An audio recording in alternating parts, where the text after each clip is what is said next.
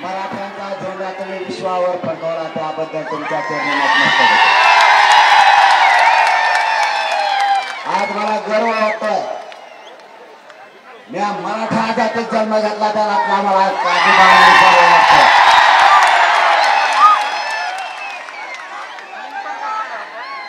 आज ऊर भरून आला. आज छाती सुद्धा फुगली. लेकरावर अन्याय झाला त्यांना कसं थपथून बाहेर मैदानात यावं लागतं हे बीडच्या मराठ्यांनी.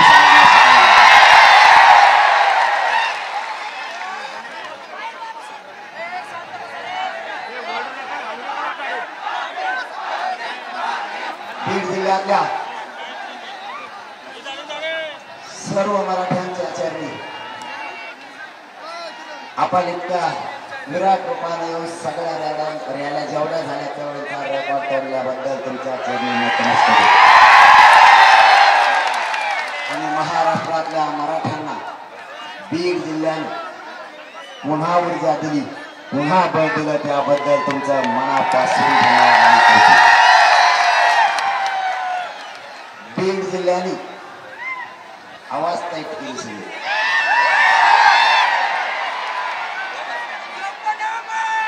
टाईट हवा झाली टाईट. नजर पुरत नाही तिथपर्यंत मराठा आहे. तरी अर्धा मराठा विठुरायाच्या पंढरीच्या दर्शनाला गेलेला आहे. 20% मराठा शेतीचे काम आहेत, कारण शेतीवर आमचं आयुष्य चालतं. शेतीवर आम्ही जगतो म्हणून शेतात कामाला आहे. पुरेचे पुरे जर झाडून पुसून बाहेर जर निघाले, इकडं 50 किलोमीटर आणि इकडं 100 किलोमीटर पॅक. ती वेळ फक्त सरकारनं मराठ्यावर आणू नये एवढीच विनंती. आज या बीड जिल्ह्यातल्या मराठ्यांच्या साक्षीनं देवेंद्र फडणवीस साहेब आणि शिंदे साहेबांना जाहीरपणाने आवाहन करून सांगतोय,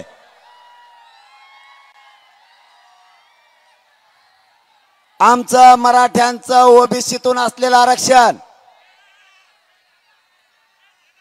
हा मराठ्यांचा आक्रोश बघा. इतक्या उन्हात सकाळच्या 11 वाजल्यापासून आतापर्यंत माझा मराठा समाज रस्त्यावरती चालतोय. आक्रोशाकडे बघा.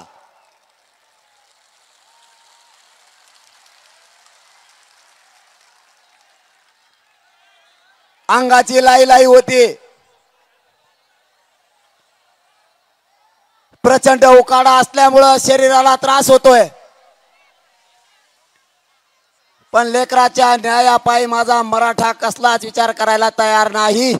आणि बीड जिल्ह्यातला सगळाची सगळा मराठा ताकदीनं एकवटला. याकडे सरकारनं लक्ष द्या. सुरुवातीलाच माझ्या बीड जिल्ह्यातल्या सगळ्या मराठ्यांना विनंती करून सांगतोय, लोकांना जातीवाद केला पण आपल्याला जातीवाद होऊ द्यायचा नाही आणि या राज्यात शांतता ठेवायची म्हणून शांतता रॅली आहे. माझी तुम्हाला हात जोडून विनंती, एक मुलगा म्हणून सांगतो, या राज्यात आणि या जिल्ह्यात आपल्याला शांतता ठेवायची. शांतता ठेवा. मराठ्यांनी आणि ओबीसींनी एकमेकाच्या अंगावर जायचं नाही. शांतता ठेवायची.